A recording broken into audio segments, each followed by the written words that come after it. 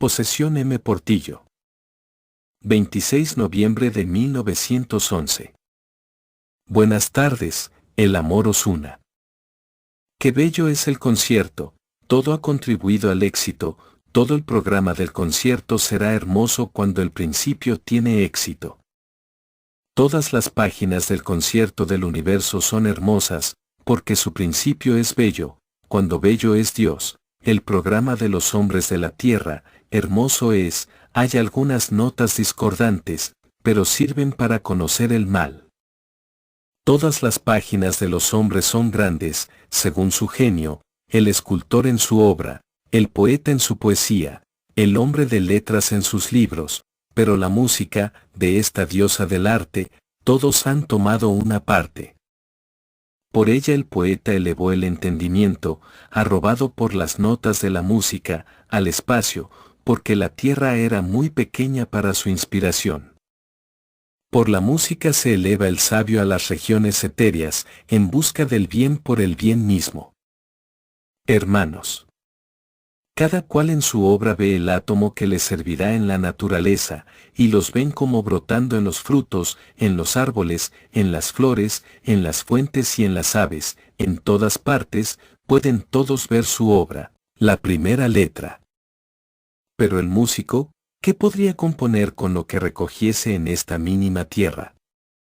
Pobreza de notas, monotonías, tristezas, el músico no puede serlo sino después de haberse remontado a las regiones armónicas dentro de la cosmogonía, donde los mundos en sus movimientos hacen sonidos caprichosos, que resuenan en los espacios produciendo una armonía admirable. Allí es donde el músico extiende sus vuelos en cuanto puede repasar la atmósfera pesada de la tierra, porque aquella armonía le atrae y porque su espíritu sabe que todas las cosas de la tierra hay que llevarlas a la música, porque ésta representa la armonía del universo, en la que las cosas más insignificantes en la música tienen vida. Estudiemos por partes, salid al campo en las horas más quietas de la noche, contemplando los astros que titilan sobre vuestras cabezas, subid a la cumbre de una montaña y oiréis la música, celestial diré poéticamente, si dais rienda suelta y libertad a vuestro espíritu, porque desde allí oís con más armonía los ruidos del mundo que habitáis. Desde allí ya no son las aves, las fieras y los jilgueros que oís de cerca, ni el mugido de la gran bestia que os ensordece el sentido y os marca, oiréis la gran trompeta del animal cuadrúpedo que os hacía temblar de cerca. Y allí es donde el músico recoge sus notas que reproducirá porque a medida que se eleva en la tierra y se acerca en las armonías del espacio, se afina, como si temiese hacer mal papel, en aquel espacio donde hay tantas armonías, ecos de otros tantos mundos, que revolotean en el gran cosmos y es allí donde el músico recoge sus notas que reproducirá en el instrumento y con esas notas llevará a la música todos los actos de la vida. Estudiemos más, os presento dos cuadros juntos, dos seres que cada uno es un cuadro, los dos se buscan, se encuentran y van juntos, según las circunstancias, lloran o ríen y forman un cuadro, cómico o sentimental, en sí, no tiene importancia, la poesía poco puede decir, la ciencia, aunque saque consecuencias, será una nota fría. ¿Queréis que ese cuadro tenga vida? Llevadlo a la música y a la escena y tomará cuerpo y vivirá. Cuando aún no se componía música, para juntarse los hombres y llamarse para las luchas, la tea encendida era la señal muda, compuesta la música. Ya el hombre no vela para ver si su hermano enciende la tea porque se encuentra en peligro, porque sabe que tienen una trompa, o un clarín, que vibrará en sus oídos, dándole en notas, órdenes. ¿Qué comprende? La carne se pegó a la tierra y por si no se podía despegar, pero el espíritu lucha por elevarse, busca las armas de su razón que las caídas le enseñaron y se ilumina y se eleva a mejores regiones, a la verdadera patria de los espíritus. Y este ha sido el trabajo del espíritu desde el primitivo hombre que desgarraba el árbol y tiraba piedras a sus convecinos, los animales. Pero la música horrísona, producida con las pieles y los cuernos de aquellos animales, les cambió de situación. Al presente, la guerra es horrible en sí misma, pero a los acordes de una marcha, el soldado se hace intrépido y recobra el valor, que tanto mayor será cuanto más atrevidas sean las notas de la marcha. Caen heridos los hombres, pero oyen las notas de la música y el dolor cesa. Puede más el entusiasmo de la música que el dolor de las heridas. Después de las batallas, se encuentra decaído por las luchas y busca descanso, pero hay necesidad de una nueva marcha y de una nueva lucha.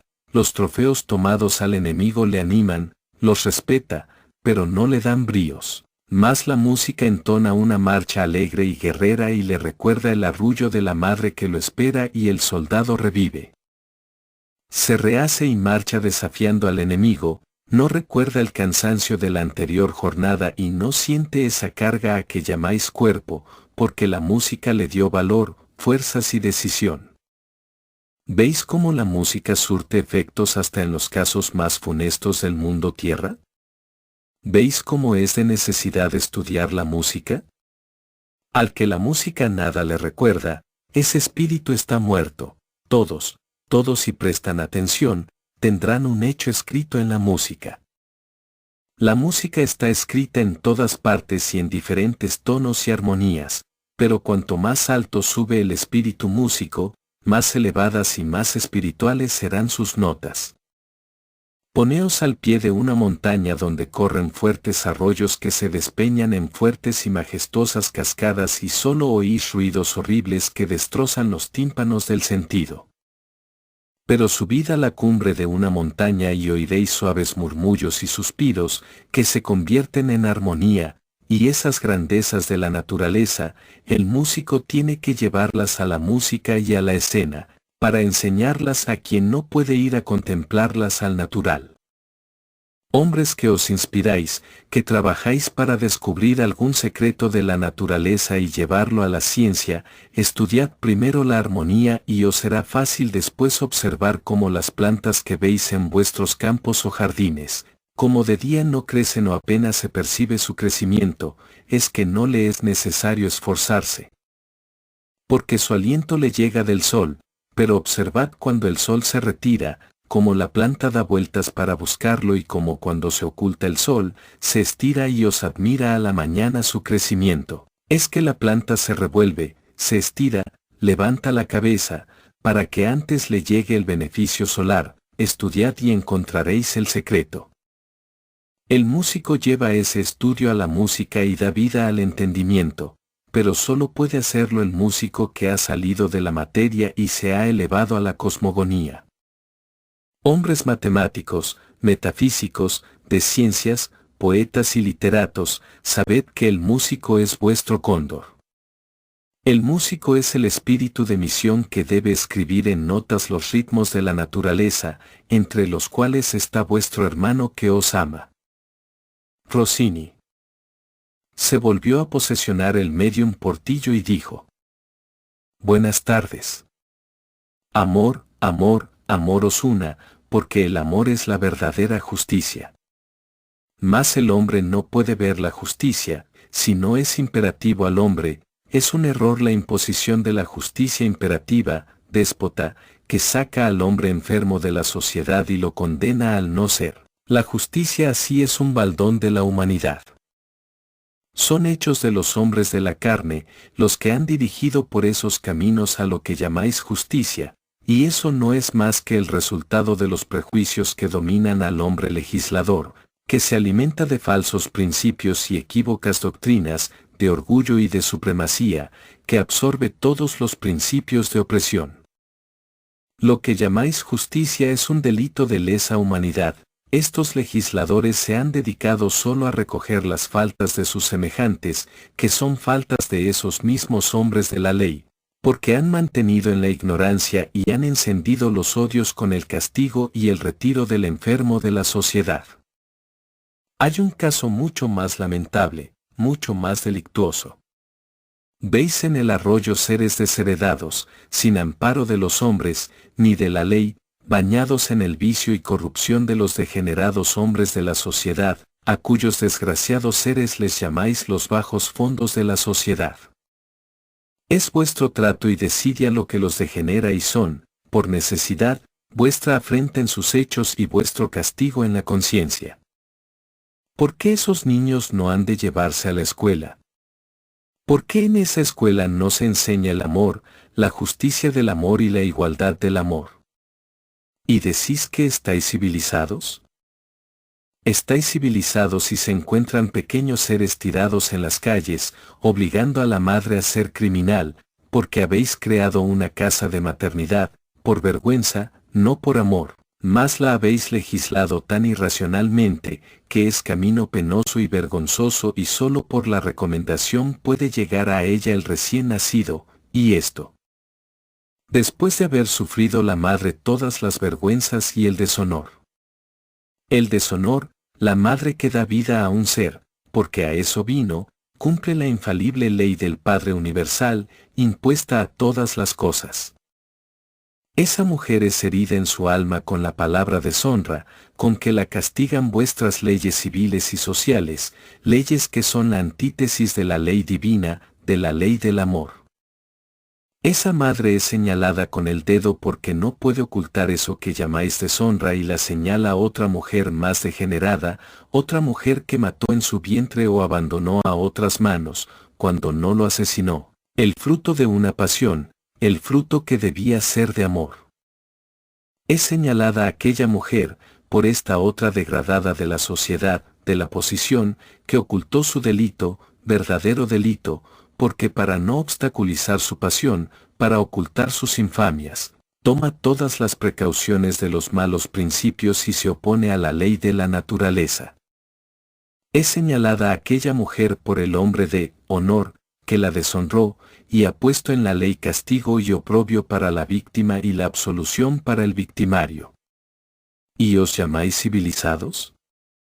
Os llamáis civilizados y no sabéis que todo ser que viene a la tierra, viene porque tiene que hacer en ella, porque viene en cumplimiento de la ley del mandato del Creador. ¿Quién os ha dicho que ese ser entró en el mundo por la puerta falsa? Ellos vienen a desempeñar el trabajo que la ley les impone en la eterna creación. ¿Por qué, si sois civilizados, no les ayudáis? Recogéis a los menos en la maternidad que levantasteis por vergüenza, y aún imberbes o sin educación, o con educación equivocada, los ponéis a la consideración del pueblo prejuiciado de errores y patria, y ese niño, ese ser, lo habéis degradado con nombres de desprecio. ¿En dónde, en todo esto, se ve el amor? ¿Dónde se señala un solo punto de civilización? Apenas si tenéis un poco de ciencia. Registrad los hechos en vuestra historia y veréis los más grandes hechos, realizados por hombres nacidos en esa condición, de los que fueron educados, y veréis que lo que hacéis es un delito de lesa humanidad. Veis también que un hombre recoge un ser de esos, lo educa y lo quiere y no es un ser extraño y llega a ser un verdadero hombre. Si estudiáis en la ley de los afines, tendréis la solución y comprenderéis que el hombre que educa al párvulo cumple la ley de la justicia impuesta en la ley universal. Y es que aquel se vino buscando a aquel que le debía aquella deuda. Entremos en la lucha de clases. Este aforismo es inicuo y ha ocasionado las grandes hecatombes que registra la historia, y así seguirá hasta que os unifiquéis y desaparezcan las clases y las supremacías. Llegaréis a la unificación, pero viene esta con pasos muy lentos, porque el progreso que tenéis es solo material y egoísta. Pero es una acción que, aunque lenta, es segura. Vamos a estudiar un caso. Hay 3 hombres, el primero, viene del arroyo o es, como lo llamáis, de la clase ínfima, sin suponer que sea vagabundo, porque si lo es no es suya la culpa, es culpa de los gobiernos, es culpa de las llamadas clases elevadas. El segundo, es un hombre de talento y disposición, un obrero, que aunque de familia humilde o de mediana posición fue educado para el trabajo, en cualquiera de los ramos del saber humano, pertenece a la clase media. El tercero, es un ricacho acaudalado, o con engañosos títulos de nobleza, tiene todo lo que desea, se hace servir autoritariamente.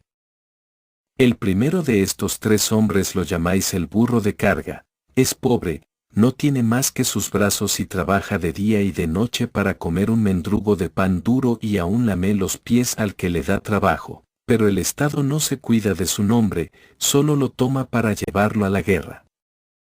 En vano intentará pedir justicia en un acto de abuso y de atropello en sus derechos de hombre, verá su hija corrompida y su mujer deshonrada por el de la clase alta, por el ricacho, por el de diferente sangre. El juez buscará y encontrará en la ley un subterfugio y libra al reptil corruptor y aún condenará al deshonrado hombre, burro de carga. Este, clama, lleno de ira, desea venganza y protestan con él otros deshonrados, pero sus corruptores harán descargar las armas fratricidas. Barrerán a la multitud y la tierra será bañada con la sangre del pueblo oprimido. ¿Esto es justicia? ¿Es esto amor? ¿Y decís que estáis civilizados? Al segundo hombre, ya se le toma el nombre, ya se le ocupa en los servicios de la ciudad, o es un artesano o un artista, o buen agricultor o literato, ingeniero, arquitecto, etc.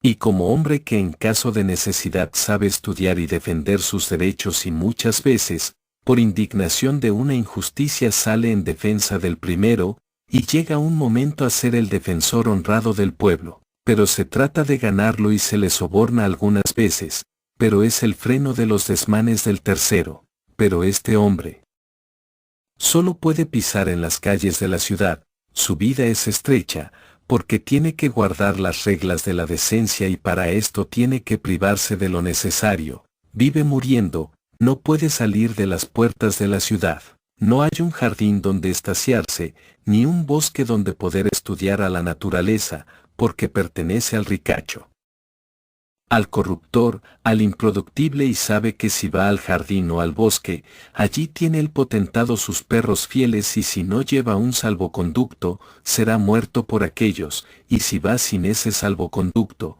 que casi siempre es negado a quien lo pide, aunque sea para estudiar o para dar oxígeno a sus envenenados pulmones. Paga ese atrevimiento con la vida y ya está juzgado, entró en propiedad ajena, no importa que el fin fuera bueno, él no tiene derecho a respirar. ¿Es esto civilización? Pero el tercer hombre, el que no trabaja, el que humilla a los otros en su ostentación, el que tiene perros en sus jardines y bosques y matan al que no lleva el salvoconducto y la justicia nada tiene que hacer, el que lleva la corrupción al corazón de la joven y el deshonor al esposo y soborna a la justicia, ese impera y se burla de los otros dos, ese tiene entrada libre en todas partes, aunque sea un imbécil. ¿Es esto civilización? Permitidme que os diga, apenas conocéis la de la ciencia en vuestras leyes, pues no pueden unificar a los hombres, que es la civilización. Pero se está operando una reacción y las multitudes conocen ya los derechos que la verdadera civilización les da, debido al contacto y trabajo del hombre segundo con el primero, porque es el del medio. Es sabio y conoce que el primero es la fuerza que él puede dirigir para reclamar los verdaderos derechos de hombres y borrar las clases y enseñar al déspota, al tercero, las leyes de hombres, los derechos humanos, y esto llega con la implantación de la ley de amor. La maldad de las leyes y el libertinaje de los poderosos no solo ha hecho clases en un pueblo, sino que hace leyes opresoras y destrucción de los hombres de color, y yo os pregunto, si tuvierais un jardín en que solo hubiese una rosa, por grande y hermosa que fuera, ¿qué atracción tendría para vuestra vista y para todos vuestros sentidos?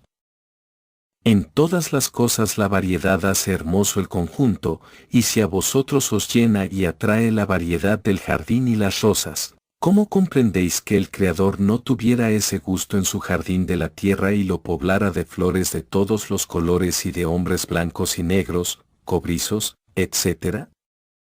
Y como en todas las cosas que son plantas de la tierra sembró la variedad, así en el hombre fósil puso los colores que le agradaron, sin sembrar en él la discordia, como no la sembró en las plantas. Todos en el mundo son iguales para el Padre y tenéis el mandato de la unificación. Hombres, hermanos míos que me escucháis y que habéis de leer estas notas que se escriben, yo os llamo con amor. Estudiad en la unidad y habréis implantado la justicia, estudiando con los prejuicios y los falsos principios retardáis los hechos de la verdadera justicia y faltáis a todos los verdaderos principios. Yo os lo digo, las supremacías no existen, la solidaridad no se compone de lo homogéneo. La unidad, la armonía universal es grande, porque se compone de todo lo heterogéneo, el hacer esta unión es la verdadera sabiduría, porque unir lo que es homogéneo, no es ciencia, ello solo se hace solidario. El hombre, al hacer sus leyes que han de regir su sociedad, debía estudiar lo heterogéneo de todo lo que compone el mundo tierra, para unificarlo y haría código de justicia y haría alabanzas al Padre. Os llamáis civilizados y aún obra sobre vosotros un código de justicia irracional y egoísta. Habéis visto en el ejemplo de los tres hombres, uno tildado, escarnecido, desheredado de fortuna y de protección, porque no conocía la llamada riqueza que da nombre en vuestra sociedad egoísta y este hombre se ve obligado a estar en discordia con el mundo entero. Vemos al segundo, que la sociedad sabe que no puede prescindir de sus conocimientos, pero le mezquinan sus servicios y se le condena a vivir muriendo y no puede ir al jardín ni al bosque sin un salvoconducto. Y esto le obliga a estar en discordia y buscar en los primeros la fuerza bruta y promover tumultos para derrocar al injusto juez y al déspota gobernante, porque el tercero, el opresor, el corruptor, aprovecha el talento del segundo y el sudor del primero para hacer cadenas de opresión y sobornar al juez y al gobernante. Que si no lo son por verdadera sabiduría, son parias con el sobornador, que a su pedido, el gobernante hará una ley caprichosa y el juez sentenciará al inocente, cometiendo delito de lesa humanidad. Esto ha sucedido y sucede aún hoy que os llamáis civilizados, porque el hombre tercero, el corruptor, rebatió la ley de unificación predicada en todos los tiempos y se mató a los misioneros. Esa ley de unificación es justísima, y a pesar del soborno y de la fuerza bruta, el hombre oprimido se atrajo con su justa protesta la mirada del segundo. Que vivía muriendo y toma la justicia por su mano, no son aquellos responsables de sus desmanes, si en ellos no reina el odio. Pobres hermanos míos, pobres jueces y gobernantes, que no os inspiráis en el amor y la unidad del Padre. ¿Decís que sois civilizados? Apenas sois un poco ilustrados, y esto en la discordia, pero está el hombre del medio, que posee la sabiduría y se va imponiendo con la razón y enseña al primero a luchar con principios y no con armas y quiere unificar, llevar el amor fraternal como base sólida, y el de abajo y el del medio toman el aroma fragante de la flor de la unidad. Que se llama amor y ha aprendido que puede esperar su rehabilitación y que hará reinar la paz y la armonía que ellos respiran en esa hermosa y aromática rosa, la fraternidad. Ya estas dos clases se han unificado, y estudian los movimientos del grandioso panorama que divisa desde el sol saliente al sol poniente y por su grandeza, ha ido ahondando en la cosmogonía, porque oye voces en su conciencia, en el titileo de los astros que contempla en la serena noche, y el Padre, amoroso y solícito, manda a sus espíritus acercarse a la tierra y venimos y os hablamos, en virtud de la universalidad. El hombre tercero, embriagado en la miel de sus pasiones, es sordo a nuestras voces, el primero nos oye, pero está cohibido por su deseo de venganza, por la opresión y el desprecio, nada más puede dar en el primer momento, pero se instruye, porque el del medio es el misionero, a éste le hablamos. A éste le damos los secretos para llenar los vacíos, a éste le pedimos que implante la ley de amor, porque es hombre inmaterial, viviendo en la materia, pero tomando de la materia lo justo. Este hombre, que ya es sabio porque estudia la cosmogonía y ama el amor, no le satisface la ley de los gobiernos que establecen diferencias, conoce que el mundo tierra, con todos sus colores, es una sola familia y le pide al Padre, y el Padre le habla por sus espíritus y el hombre escribe y mañana dará una ley, que será de amor y justicia, que unificará a la humanidad.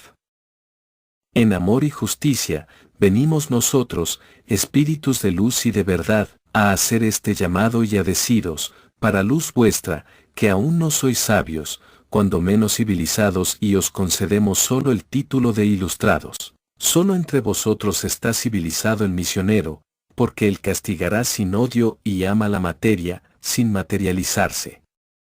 Ved en él los dos niveles del Padre que unificarán a la humanidad, la justicia y el amor. Que os desea vuestro hermano por la universalidad. Cheofer. Rossini nos llevó a un brete en música celestial. Cheofer nos da un membrete en que se lee animal. Hombres, hombres, estudiad, que esos han dicho bien claro, aún no sois civilizados. Y es el caso, que es verdad. Terminó el tomo primero. Con 2 cuadros reales, reales que nos quitan los pañales poniéndonos andadores. Y los caminos bien llanos, y con guías y escuderos que el peligro nos señalen y da fe Joaquín Trincado.